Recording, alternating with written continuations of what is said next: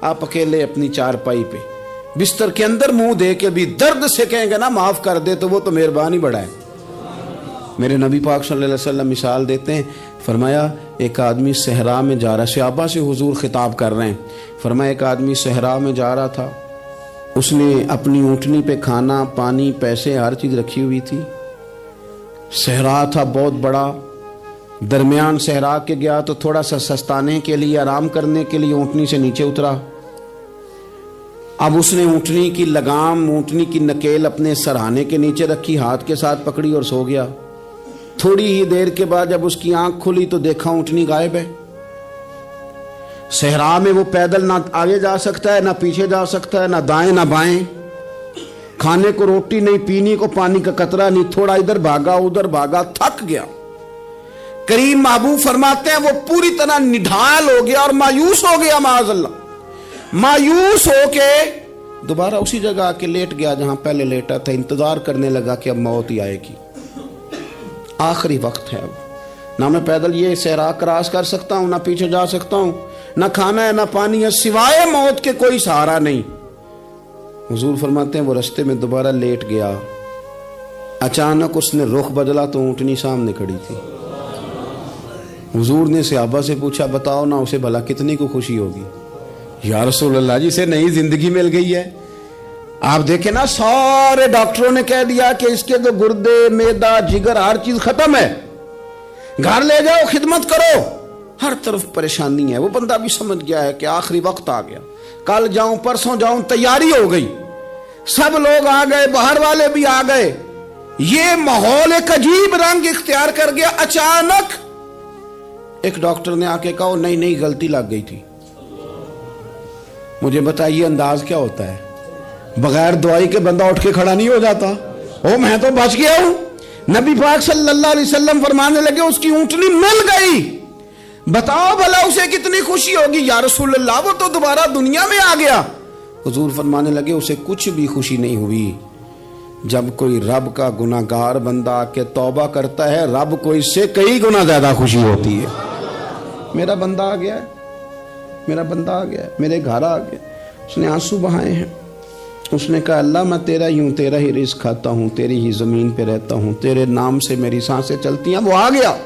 فرمایا اس اونٹنی والے سے زیادہ رب کو خوشی ہوتی ہے جب گناہگار آ کے توبہ کرتا ہے۔ گناہگاروں کے آنسو اس کی بارگاہ میں بڑے مقبول ہیں، لیکن ہم رسم ادا کرتے ہیں، توبہ نہیں کرتے، ہم اپنے آپ کے ساتھ دھوکہ کرتے ہیں، جھوٹ بولتے ہیں۔ اللہ تبارک و تعالی اپنے بندوں کے حق میں رحمت والے فیصلے کرتا ہے، درگزر والا معاملہ فرماتا ہے۔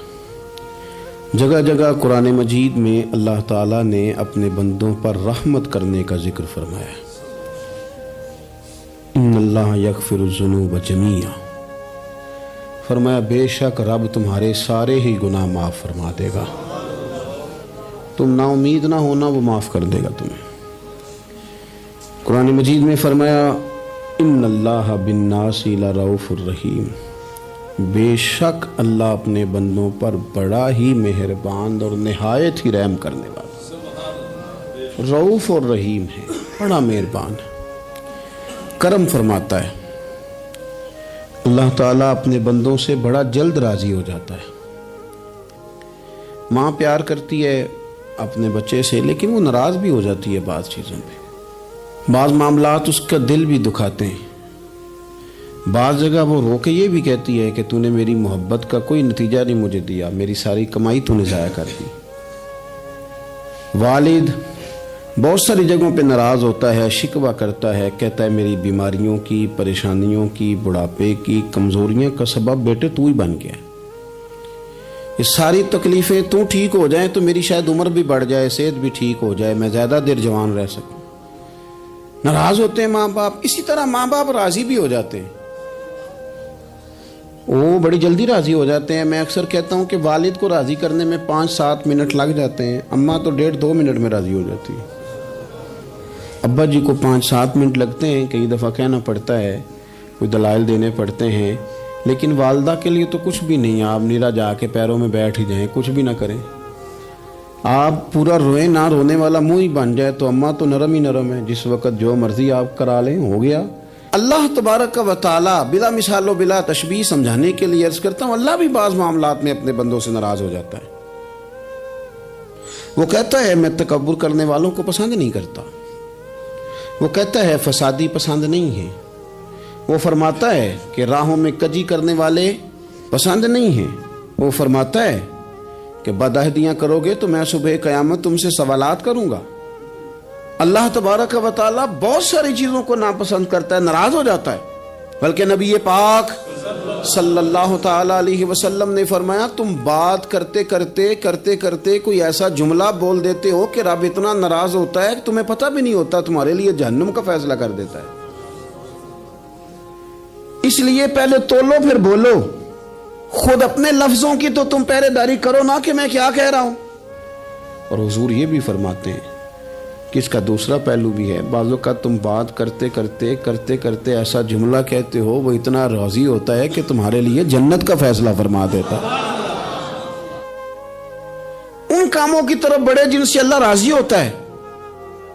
میرے نبی پاک صلی اللہ تعالی علیہ وآلہ وسلم نے ارشاد فرمایا، بعض احادیث میں لفظ یہ ہیں کہ اللہ اپنے بندوں کو دیکھ کے مسکراتا ہے جو اس کی شان کے لائق ہے۔ جس ترتیب سے ہم مسکراتے ہیں، جس ترتیب سے ہم روتے ہیں، جس ترتیب سے ہم کسی بات کا اظہار تشکر کرتے ہیں، خدا ان باتوں سے پاک ہے۔ اب بہت ساری حدیثوں میں آیا کہ وہ مسکراتا ہے، تو کیا مطلب ہے مسکرانے کا؟ تو علماء تفسیر نے لکھا ہے مسکرانے کا مطلب یہ ہے کہ وہ بڑا ہی راضی ہوتا ہے اپنے بندے سے، بڑا راضی ہوتا ہے، یہ مطلب ہے۔ ایک تو مسکرانے کا مطلب یہ کہ وہ بڑا راضی ہو گیا، وہ مسکرا دیا اپنے بندے پہ۔ اور ایک اس کا معنی خود نبی پاک صلی اللہ تعالی علیہ وسلم نے بیان فرمایا، مسند امام احمد بن حنبل میں حدیث ہے، حضور سید عالم علیہ السلام سے صحابہ نے پوچھا یا رسول اللہ شہید تو بڑے لوگ ہوتے ہیں، شہیدوں میں افضل کون ہے؟ تو اللہ کے حبیب علیہ السلام فرمانے لگے وہ والا بندہ جو ڈٹ گیا تھا کافروں کے مقابلے میں، وہ ہلا نہیں، پوری طرح ڈٹ کے جو لڑا وہ شہداء میں افضل ہے۔ حضور فرماتے ہیں وہ جنت کے بالا خانوں میں سیر کرے گا اور رب اسے دیکھ کے مسکرائے گا، رب اسے دیکھ کے مسکرائے گا، اللہ تعالیٰ مسکراتا ہے اسے دیکھ کے۔ اور اگلے جملے میں حضور نے وضاحت کر دی، فرمایا جب رب دنیا میں کسی پر مسکراتا ہے نا تو اس کا معنی یہ ہے کہ قیامت میں پھر اللہ اسے حساب کوئی نہیں لے گا۔ جس پر اللہ دنیا میں مسکرا دیا اس سے کوئی حساب، تو وہ کام ڈھونڈنے چاہیے نا جس سے اللہ مسکرائے۔ چھوٹا بچہ بھی ناراض نہ ہو تو وہ چیزیں وہ ڈھونڈتا ہے کہ اس کو کیا پسند ہے، چاکلیٹ لے جاؤں، فلاں چیز لے جاؤں، آئس کریم لے جاؤں۔ تو ایک بچے کے لیے، گھر کے لیے، سربراہ کے لیے اتنی محنت کرتے ہو تو وہ کام بھی ہمیں ڈھونڈ کے تلاش کرنے چاہیے نا جس سے رب راضی ہوتا ہے، اللہ راضی ہوتا ہے۔ بتاؤں وہ کون کون سے کام ہیں؟ نبی کریم صلی اللہ تعالی علیہ وسلم نے ارشاد فرمایا 3 لوگ ہیں جنہیں دیکھ کے رب مسکراتا ہے۔ یا رسول اللہ صلی اللہ علیہ وسلم وہ کون کون سے؟ تو محبوب فرمانے لگے ایک وہ بندہ ساری مخلوق سوئی ہے، آدھی رات ہے، رات کا پچھلا پہر ہے، اس نے اٹھ کے وضو کر لیا، مصلی پہ کھڑا ہو گیا خدا کی یاد میں، فرمایا اسے دیکھ کے رب مسکراتا ہے جو اس کی شان کے لائق ہے۔ مسکراتا ہے اللہ۔ یہ تو سونے کا ٹائم تھا، یہ تو گہری نیند آنے کا وقت تھا، رات کا پچھلا پہر۔ اور سننا میرے بھائی، میرے نبی پاک صلی اللہ تعالی علیہ وسلم فرماتے ہیں جب مسلمان نماز کے لیے صفیں بناتے ہیں نا، ترتیب لگ رہی ہوتی ہے، اب اللہ کی بارگاہ میں کھڑے ہوں گے، قیام کریں گے، رکوع کریں گے، سجود کریں گے، فرمایا جب مومن صفیں بناتے ہیں تو رب دیکھ کے مسکراتا ہے، مسکراتا ہے۔ کمال ہو گئے عروج بندگی کا، جب بندے کو دیکھ کے رب مسکرائے، خدا بندے سے خود پوچھے بتا تیری رضا کیا ہے، مسکراتا ہے۔ اور میرے نبی پاک علیہ السلام فرماتے ہیں جب مجاہد جہاد کے لیے صفیں سیدھی کرتے ہیں، آج تو یہ رب کے نام پہ مرنے ہی آ گئے، یہ صفوں میں کھڑے ہوں گے، ترتیب سے لڑیں گے، ترتیب سے گلا کاٹیں گے کافروں کا یا شہادت لیں گے۔ فرمایا جب جہاد کے لوگ صفیں بناتے ہیں تو رب انہیں دیکھ کے مسکراتا ہے۔ کتنے نصیبوں والا وہ بندہ ہے جسے دیکھ کے مسکرا دیا. او یار کبھی تیرا بیٹا تیرے سامنے مسکرائے نا چھوٹا تو تیرا دل باغ باغ ہو جاتا ہے. تیری ماں بیمار کسی ایک دن صحیح طرح ہنس پڑے تو طبیعت خوش ہو جاتی. مجھے بتاؤ نا جس کا رب بھی اسے دیکھ کے ہنس پڑے جو اس کی شان کے لائق ہے. کیا اس بندے کے نصیبیں ہیں, کیا اس کے مقدر ہیں. آپ اس مقام پر اپنے آپ کو لائیں. اب دیکھیں نا یہ حدیث آپ نے سن لی. اب ہم نے نا اس طرح صفحے نہیں بنانے جس طرح ساری دنیا. اب ذرا صفحے بھی شوق سے بنائیں گے. آپ ذرا تھوڑا سا شوق پیدا کریں گے. بھئی یہ تو میں وہ کام کرنے لگا ہوں جسے دیکھ کے رب مسکراتا ہے. نبی پاک صلی اللہ علیہ وسلم نے فرمایا جب کوئی بندہ توبہ کرتا ہے نا, ہم توبہ کا رٹا لگاتے ہیں, یا اللہ میری توبہ یا اللہ. اور توبہ کا تو مطلب یہ ہے کہ پچھلے گناہوں سے پکی توبہ, آج کے بعد یہ غلطی نہ کرنے کا پکا وعدہ. آج کے بعد رشوت تو نہیں نہ لے گا, ملاوٹ تو نہیں نہ کرے گا, یہ توبہ ہے. اور اگر سارے کام اسی طرح کرنے تو پھر یہ توبہ کا رٹا ہے, جتنا مرضی لگاؤ. حضرت علی بن ربیعہ رضی اللہ تعالیٰ عنہ فرماتے میں مولا علی کے ساتھ تھا, مقام حرہ کی طرف جا رہے تھے. حضرت علی نے ہاتھ اٹھا کے دعا مانگی ہماری تعلیم کے لیے, ورنہ حضرت علی ہم صحابہ کو محفوظ عن الخطا تو مانتے ہیں نا. ہاتھ اٹھا کے کہا اے اللہ ہمارے گناہ بخش دے, تیرے علاوہ کوئی معاف کرنے والا نہیں. اور پھر حضرت علی آسمان کی طرف دیکھا اور دیکھ کے نا حضرت علی بن ربیعہ کو تو مسکرائے. حضرت علی بن ربیعہ کہنے لگے حضور مسکرائے کیوں ہو؟ فرمانے لگے ایک دن میں حضور کے ساتھ اسی طرح آیا تھا, اسی طرح حضور نے دعا فرمائی تھی ہماری تعلیم کے لیے, اور پھر حضور مجھے دیکھ کے مسکرائے تھے اور فرمایا جب کوئی بندہ رب کی بارگاہ میں اس طرح استغفار کرتا ہے تو رب مسکراتا ہے, اور مسکرا کے فرماتا دیکھ لو میرے بندوں کو پتا ہے کہ میرے علاوہ معاف کرنے والا کوئی نہیں.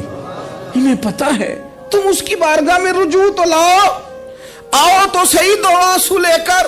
اقبال کہتے ہیں کہ موتی سمجھ کے شان کریمی نے چن لیا, قطرے دو گرے میرے ار کے انفال کے. دو میں نے آنسو بہائے تھے تو اس کے کرم نے تو موتی سمجھ کے چن لیے. سنو نا حضور اس استغفار کو اللہ کو یار رات کو توبہ کر کے سونا چاہیے ہمیں. کچھ غلطیاں ہم کرنا نہیں چاہتے پر ہم سے ہو جاتی ہیں, کچھ دل ہم توڑنا نہیں چاہتے پر وہ ٹوٹ جاتے ہیں, ہماری مجبوری ہوتی ہے ٹوٹ جاتے ہیں. رات کو اس کی بارگاہ میں ہاتھ باندھ کے کشکول طلب دراز کر کے خوب استغفار پڑھنا چاہیے کہ مالک بندے ہیں نا کیا کریں, خدا را خیال کریں. دنیا روٹتی ہے تو روٹ جائے, رب رسول ناراض نہ ہونے پائیں, اس کا خیال کریں. حضور فرماتے ہیں وہ مسکراتا ہے, اسے خوشی ہوتی ہے جب کوئی اس کا بندہ اس کی طرف رجوع کرتا ہے. میرے عزیزو رسول پاک صلی اللہ تعالی علیہ وسلم نے ان لوگوں کے تذکرے کیے جنہیں دیکھ کے رب مسکراتا ہے. نبی پاک صاحب الالاق صلی اللہ تعالی علیہ وسلم فرماتے ہیں, مسند امام احمد بن حنبل دیکھیے, فرمایا رب اس وقت بڑا ہی مسکرائے گا جب قاتل بھی جنت میں جائے گا, مقتول بھی جنت میں جائے گا. یا رسول اللہ مقتول تو گیا, یہ قاتل کیسے چلا گیا؟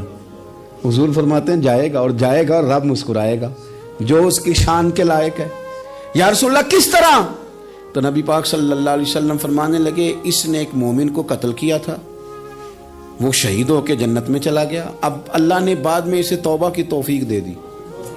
پہلے اس نے کلمہ پڑھا, پھر یہ میدان میں اترا, کافروں سے لڑا, یہ شہید ہوا, رب نے اسے بھی جنت دے دی. قاتل بھی جنت میں, مقتول بھی جنت میں. اور بات اتنی انوکھی ہے کہ رب دیکھ کے مسکرا رہا ہے جو اس کی شان کے لائق ہے. ہم جلدی میں ہیں, ہم انتظار نہیں کر رہے کہ شاید توبہ کر جائے, ہم انتظار نہیں کر رہے. لیکن میرے عزیز اتنی جلدی نہ کریں.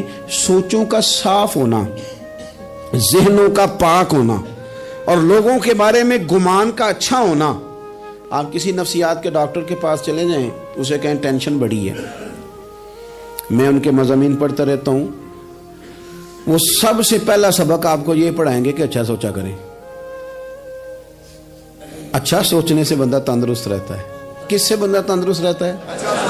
ہیں جی واقعی رسول کائنات سرور دو عالم صلی اللہ تعالی علیہ وسلم فرماتے ہیں کہ اللہ مسکراتا ہے. سنو, نبی پاک صلی اللہ علیہ وسلم کے پاس مہمان آ گیا, بخاری مسلم ہے. حضور نے ازواج مطہرات کے گھروں میں پیغام بھیجا، کچھ چیز ہے ضیافت کے لیے؟ یا رسول اللہ کچھ بھی نہیں، یہ دو جہاں کے شاہ ہیں اور پاس کچھ رکھتے نہیں، دو جہاں کی نعمتیں ہیں ان کے خالی ہاتھ میں۔ یا رسول اللہ کوئی چیز بھی نہیں۔ حضور نے صحابہ کے مجمع پہ نظر ڈالی، یا رسول اللہ صلی اللہ علیہ وسلم حکم ہو، تو حضور فرمانے لگے تم میں سے کوئی بندہ ہے جو اسے گھر لے جائے روٹی کھلائے؟ ایک صحابی اٹھے فوراً، حضور میں لے کے جاتا ہوں کھانا کھلاتا ہوں۔ فرماتے ہیں میرے گھر میں صرف بچوں کا کھانا تھا، یہ نہیں کہ فریزر بھرا ہوا ہے نعمتوں سے، صرف بچوں کا کھانا۔ یہ نہیں کہ کسی کو دیکھ کے اپنی ہنڈیا پہ برتن دے لیا، صرف بچوں کا کھانا۔ کہتے ہیں گھر گیا، بیوی سے کہا کیا کیفیت ہے؟ کہنے لگی بچوں کی روٹی ہے۔ میں نے کہا بچے سلا دے، صبح ناشتہ کر لیں گے۔ تو کہنے لگی آپ کیا کھائیں گے؟ تو میں نے کہا نہ میں کھاؤں گا نہ تو کھائے گی، مہمان جو نبی پاک کا ہے۔ کہا اچھا، اب ذرا تجویز دیکھو میاں بیوی کی سوجھی آپس میں۔ کہتے ہیں کھانا لگا دینا، کیونکہ ایک آدھ بندے کا کھانا ہے۔ اپنی غربتوں کا ہر جگہ اظہار کرنا، رونا رونا، یہ دیکھو غربت کیسے چھپائی جا رہی۔ اس کو کہا نہیں کہ چل تو تھوڑا رحم کھا، تو آیا ہے تو تھوڑا رحم کھا، یہ نہیں کہا۔ کہا اٹھ کے نا تو کھانا رکھنا اور اٹھ کے نا چراغ ٹھیک کرنے کے بہانے بجھا دینا۔ ہم دنیا والوں کے سامنے کیوں اپنے دکھ بیان کریں؟ ہم جو کہیں گے رب رسول کی بارگاہ میں کہیں گے۔ تو نا چراغ ٹھیک کرنے کے بہانے۔ اہلیہ اٹھی، کھانا دینے کے بعد چراغ ٹھیک کرنے کے بہانے بجھا دیا۔ خامد بھی ہاتھ چلاتے رہے، بیوی کبھی برتن رکھتی کبھی اٹھاتی، پتہ چلے کہ کھانا کھا رہے ہیں، کھانا کھایا جا رہا ہے۔ کہتے ہیں مہمان پیٹ بھر کے کھانا کھا گیا۔ یہ کام ہوا رات کے اندھیرے میں، اس وقت ہوا جب چراغ بھی بند تھا، اس وقت ہوا جب کوئی دیکھنے والا نہیں تھا، کسی پڑوسی کو بھی خبر نہیں تھی۔ فرماتے ہیں صبح کے اجالے میں اس مہمان کو لے کے مسجد نبوی میں نے قدم رکھا تو نبی کریم نے فرمایا رات جو تم نے کام کیا ہے نا، اسے دیکھ کے میرا رب بڑا مسکرایا ہے، اللہ بڑا مسکرایا ہے۔ اللہ تر دامنی پہ شیخ ہماری نہ جائیے، ہم دامن نچوڑ دیں تو فرشتے وضو کریں۔ یہ شان ہے صحابہ کی۔ نبی کریم علیہ السلام نے فرمایا رب رات مسکرایا تیرا یہ انداز دیکھ کے، اور اس نے قرآن نازل کیا وَيُؤْثِرُونَ عَلَىٰ أَنفُسِهِمْ وَلَوْ كَانَ بِهِمْ خَصَاصَةٌ۔ کچھ لوگ وہ ہیں جنہیں بڑی بھی ضرورت ہو تو دوسروں پر اثار کر دیتے ہیں، قربانی دے دیتے ہیں۔ رب مسکرایا ہے۔